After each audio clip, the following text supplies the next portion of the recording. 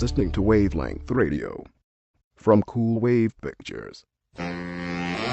Wavelength Radio presents Cameron Cooper, Patrick Adam, and Charles Peterson, bringing you today's hottest topics. This is the Roundtable. Hello and welcome back to the Roundtable. We're interrupting the Blu-ray show for the Roundtable. Our next topic, Patrick Adam, American motors or Japanese motors? I drive a Japanese car. Cameron Cooper, American or Japanese? I like Japanese modems. And I like Japanese topless hand jobs. And I like Japanese motors. Tweeny masseuses, Chuck. So this brings us to the next topic. Here in Phoenix, Arizona, we get the monsoon weather. Love you long time. This is a nightmare. This is a disaster. You're listening to Roundtable with Charles Peterson. No. I already did that. From Wavelength Radio here at Cool Wave Pictures, we like topless hand jobs from tweeny Japanese automakers. Your thoughts? No. I like him too. No, seriously though, listen to this topic. Now, I sound like car talk right now.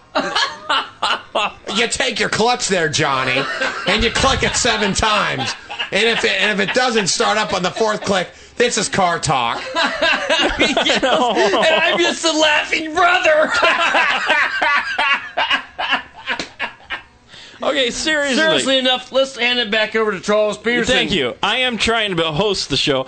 But anyway, in Scottsdale today, some streets got flooded during the monsoon rain.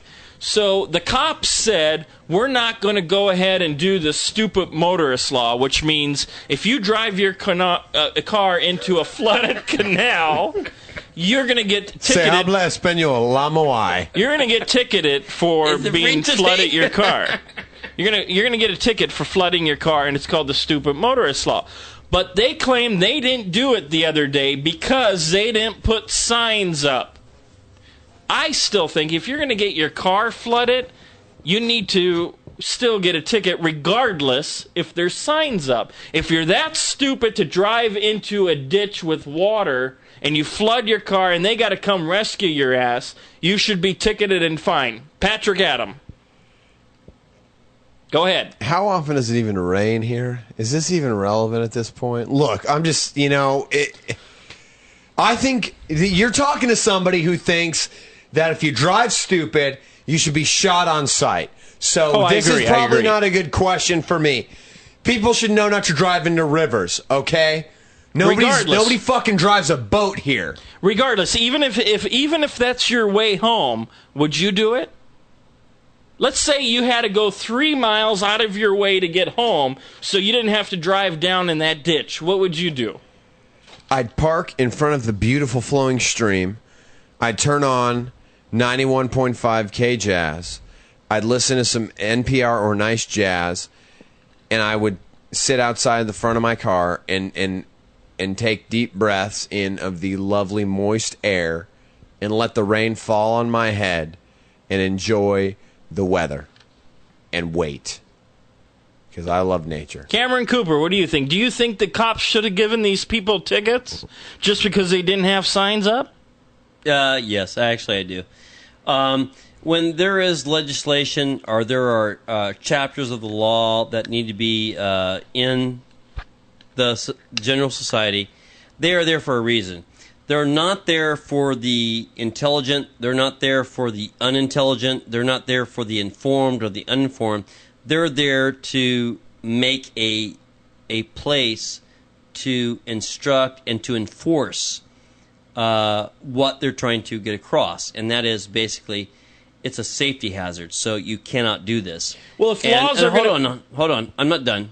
Oh, thank you for interjecting. He's going to punch me. Yeah, I just punched you. Ah, all right. Bottom line, in my job every day, I have to enforce Chapter 27.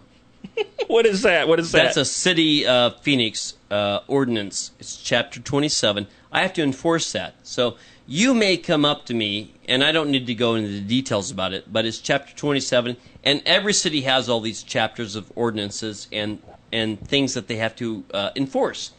All right. So it's not the ignorance. Bottom line, and thank you, Patrick, for that. I hope you listening audiences could enjoy that.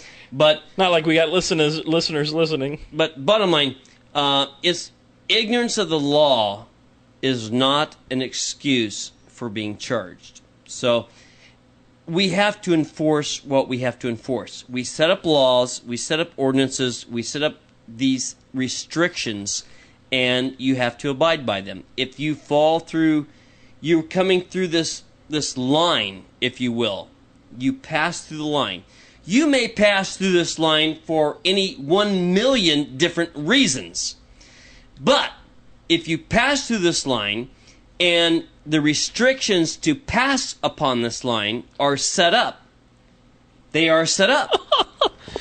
You know what? I think we're getting into immigration right now. Yeah, we are about to get to immigration because it's what like you got to. What the fuck are you talking about, Cameron? I don't understand what you just said. Chapter 27, I'm thinking bankruptcy. Your thought. What is Chapter 27? Without getting into details. No details. You're not getting into any details. And you know what? You're not getting into details, and I'm not understanding you, and nobody listening right now is understanding you. Your thoughts. My thoughts are Chapter 27 is about how you dump legally or illegally at a city. Yeah, but our topic is stupid motorist law. Just because they didn't have a sign, these people still should be getting tickets. I appreciate that. But a city ordinance or a city chapter guideline is complacent upon all aspects of all things. So it may be about dumping. It may be about driving your car on the right side of the road. It may be about all these different things. But bottom line, there is a chapter, there's an ordinance, and when these police officers go out and risk their lives to enforce the law, or to save these people drowning in the canal, lives, excuse me, they are abiding by all these things they've been trained by. It's a chapter, it's an ordinance, it's a city, a state, a county type of legislation that restricts them on how they can do their job and what they can say to the public or to the people. That being said, if I got caught in a fucking stream, I'd be able to swim my way to that mother. And I wouldn't need any cop or gumshoe or half-wit firefighter to come get me out. And this is a serious question. If I had a tree and this tree split in half, and half of the tree fell in my yard, could I tie that tree limb, it's a big tree limb, to my Hyundai Accent with a nylon cord and drive it 2 blocks up the street and dump it in a trash can that is being used for a new phase of a new development, legally? I don't know, but we need to take a break on the Chapter 27. Wait a second. You are listening to the Roundtable. We will return after this.